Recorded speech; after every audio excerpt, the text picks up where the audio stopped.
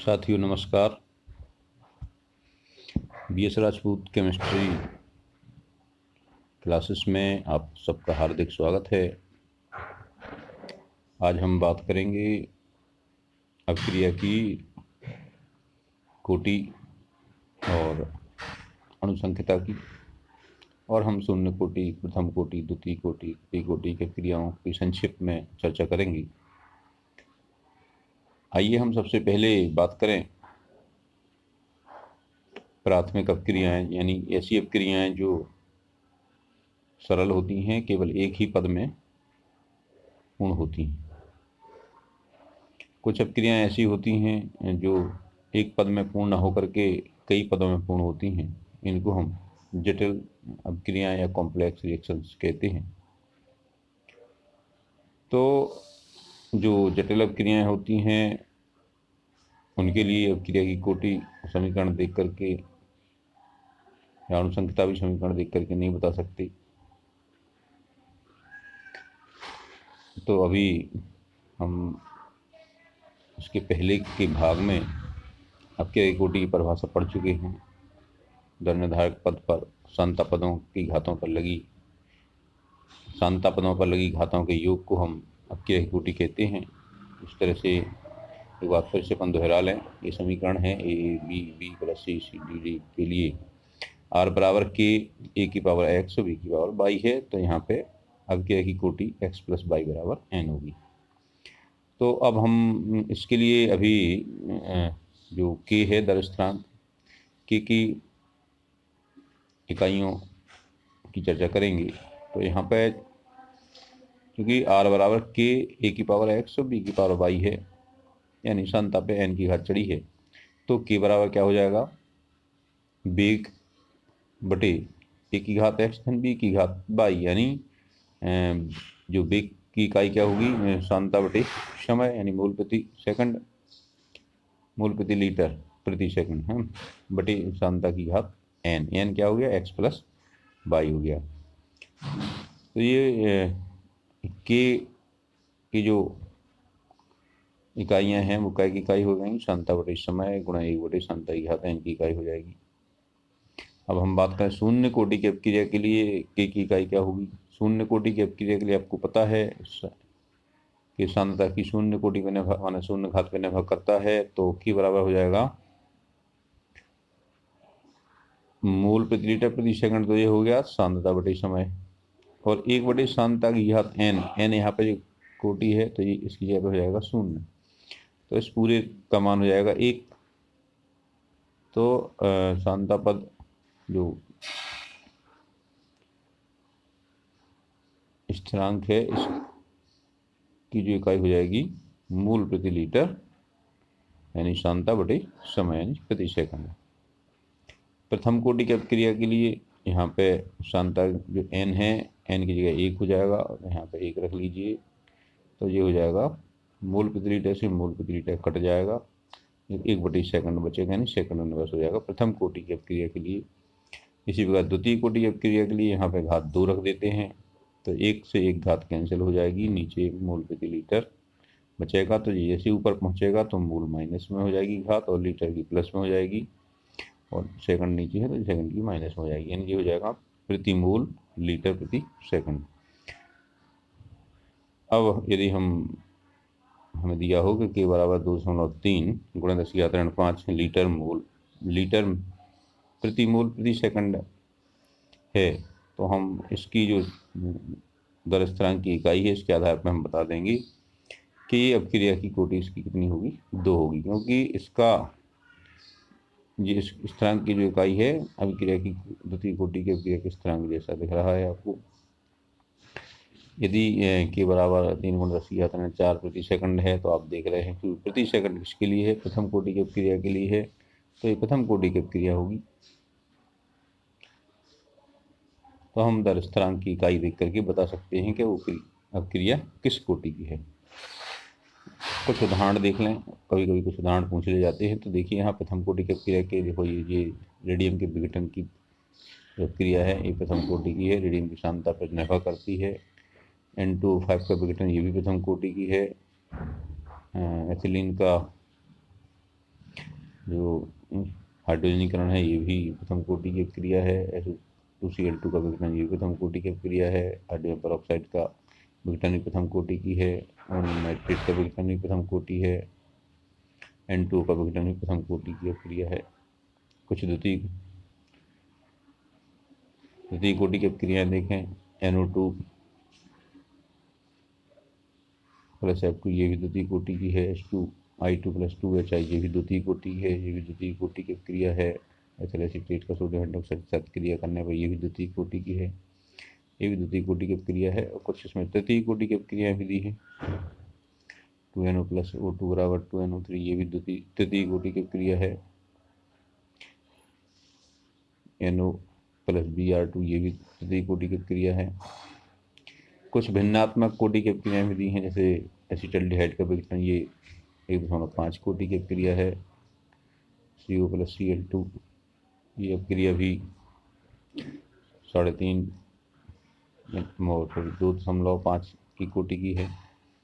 और COCl2 का विघटन 1.5 कोटि का है। शून्य कोटि की भी कुछ क्रियाएं हैं, इनको भी देख लीजिए। अमोनिया का प्लेटिनम उत्प्रेरक की उपस्थिति में 1130 केल्विन पर जो उसका विघटन होता है ये भी शून्य कोटि की क्रिया है। H2Cl2 से HCl का बनना ये भी शून्य कोटि की क्रिया है, क्योंकि इसमें देखिए पहली कोटि में प्रतीक उत्प्रेरक का प्रयोग होता है, ये उत्प्रेरक की शांता पर निर्भर है। और दूसरी कोटि प्रकाश रासायनिक क्रिया है, ये प्रकाश की तीव्रता पर निर्भर करता है इसका वेग। H2I2 ये भी 2HI यानी हाइड्रोजन आयोडाइड का विघटन ये भी प्लेटिक इसमें जो गोल्ड उत्प्रेरक है इस पर निर्भर करता है। इसलिए ये सभी शून्य कोटि की क्रियाएं हैं। और जितनी भी एंजाइम से उत्प्रेरक क्रियाएं होती हैं भी सभी क्रियाएं शून्य कोटि की होती हैं।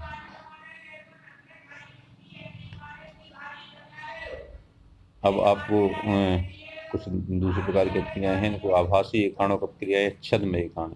छद्म यानी आभासी होता है, सूडो रिएक्शंस, यानी देखने में तो ये हमें एक से अधिक कोटि की प्रतीत होती हैं, लेकिन वास्तव में ये एक कोटि की होती हैं। क्योंकि यहाँ ऐसा होता है कि इसमें कोई एक सांद्रण माने कोई एक पदार्थ का सांद्रण अत्यधिक होता है, यानी ये ज़्यादा अधिकता में होता है और क्रिया करने के बाद भी इसकी सांद्रण में कोई उल्लेखनीय परिवर्तन नहीं होता है। जैसे यहाँ पे एथिल एसीटेट के विघटन की बात करें तो प्रारंभ में 0.01 मोल एथिल एसीटेट लिया गया और 10 मोल H2 लिया गया।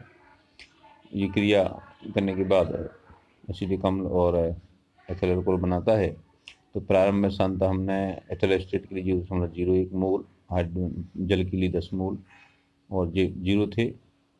मान लो क्रिया करने के बाद की संपूर्ण क्रिया होने के बाद ये 0 मोल बचा एथिल एसीटेट और पानी बचा 9.9 मोल, ये हो गया 0.1 मोल, ये भी 0.1 मोल हो गया। तो चूँकि 10 में और 9.9 में कोई विशेष अंतर नहीं है, इसलिए H2 की यानी जल की सांद्रता को स्थिर मान लिया, यानी H2 की जो सांद्रता है उसको स्थिरांक मान लें तो दर बराबर K dash into H2O into CH3CO C2H5। तो यहाँ पे हम K डैश H2O को पूरे को एक स्थिरांक मान लें तो ये हो जाएगा दर बराबर K इंटू CH3COO C2H5। तो ये अपक्रिया कैसी होगी? प्रथम कोटि की अपक्रिया हो गई। तो ये ऐसी अपक्रियाएं जो कि देखने पे हमें एक से अधिक कोटि की दिखाई देती हैं, लेकिन वास्तव में ये प्रथम कोटि की होती हैं। इन्हें हम आभासी प्रथम कोटि की अपक्रियाएं कहते हैं। इसमें H2O की सांद्रता पर अधिकता में होने के कारण इसकी सांद्रता पर कोई प्रभाव नहीं पड़ता है। अब हम बात करें अपक्रिया की आणविकता, तो जो अपक्रिया किसी भी प्राथमिक अपक्रिया के लिए ये परिभाषित है, यानी सरल अपक्रिया के लिए परिभाषित है, ये इसमें ध्यान देना है। तो किसी सरल अपक्रिया में भाग लेने वाली स्पीशीज जैसे परमाणु, अणु या आयन की कुल संख्या जो एक साथ संघट्ट के फलस्वरूप रासायनिक अपक्रिया करती हैं, उत्पाद बनाती हैं, उनकी संख्या हो ही अपक्रिया की आणविकता कहलाती है। जैसे अमोनियम नाइट्रेट का विघटन है, एक अणु अपक्रिया है, क्योंकि एक ही अणु होता है इसमें। 2HI से H2I2 का बनना, इनका विघटन द्विअणु अपक्रियाएं हैं, ये 3 त्रिअणु अपक्रिया है। यहाँ पे अपन देख लें कि किसी भी उचित विन्यास माने जिससे टक्कर के बाद उत्पाद बनना हो, इसके साथ ऐसे 3 से अधिक अणुओं के संघटन की संभावना आप बहुत कम होती है। यानी इस त्रिभुज में आप ले लें कि 1-2 अणु टकराएं, 3 अणु टकराएं, अब 3 से ज़्यादा टकराएंगे तो उनकी उचित दिशा होना की संभावना बहुत कम है। इसलिए ये त्रिअणु अपक्रियाएँ भी बहुत धीमी होती हैं और 3 से अधिक अणुओं वाली अपक्रियाएँ होने की संभावना बहुत कम रहती है। उदाहरण के तौर पे हम ये देखें तो ये अपक्रिया जो दिख रही है इसमें एक अणु है, 6 ये अणु है, 3 ये यानी 6 और 3 9 एक 10 अणु दिख रहे हैं इसमें। तो क्योंकि 10 अणुओं के एक साथ टकराने की संभावना तो नहीं लगती है और प्रयोग द्वारा ये ज्ञात किया गया है कि अपक्रिया कैसी है, द्वितीय कोटि की क्रिया है। अर्थात ये हम इससे निष्कर्ष निकाल सकते हैं कि ये क्रिया एक से अधिक पदों में निर्भर करती है। आपको पता है जब कोई क्रिया एक से अधिक पदों में निर्भर करती है तो जिस अपक्रिया माने अपक्रिया का जो भी पद है जो सबसे धीमा होता है वही अपक्रिया की दर को निर्धारित करता है और अपक्रिया की दर सबसे धीमे पद के समान ही होती है। इसे ही हम दर निर्धारक पद कहते हैं। तो ऐसे में जब एक से अधिक पदों में अपक्रिया संपन्न होती है तो उसका जो सबसे धीमा पद है वो पद दर निर्धारक पद कहलाता है। जैसे आपने उसका रिले दौड़ सुनी होगी जिसमें अलग अलग ग्रुप दौड़ते हैं। मान लो हम 4 लोगों को दौड़ना है एक साथ, चारों को एक साथ पहुंचना है, एक स्थान से दूसरे स्थान पर 4 लोगों को पहुंचना है। तो उसमें हमें शर्त यह है कि चारों दूसरे स्थान पर पहुंचना चाहिए।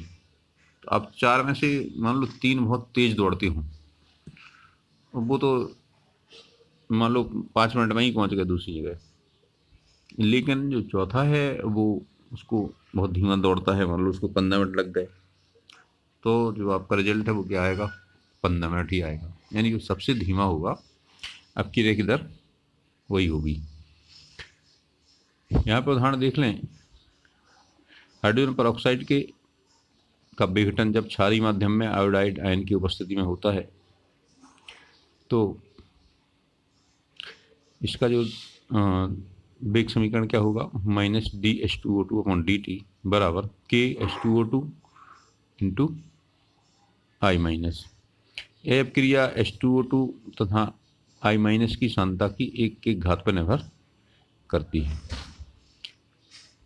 अब ये अपक्रिया 2 पदों में संपन्न होती है। पहले तो H2O2 I से मिलकर के H2 + IO- बनाती है और दूसरे पद में H2O2 IO- से क्रिया करके H2O और O2 देती है, I- को मुक्त करती है। अब इसमें जो पहला पद है वो अत्यंत धीमा है। अब जब तक पहला पद में IO- माने IO- नहीं मिलेगा तब तक दूसरा पद संपन्न नहीं होगा। तो यहाँ पर जो मध्यवर्ती IO- है इसके बनने की दर ही अपक्रिया की दर को दर्शाएगी। अब यहाँ पे दोनों में अंतर समझ लें। अपक्रिया की दर और आणविकता में कुछ तथ्य हैं। ये अपक्रिया की कोटि आपको पता है प्रयोग द्वारा निर्धारित होती है, प्रायोगिक पद है, जबकि आणविकता एक सैद्धांतिक पद है।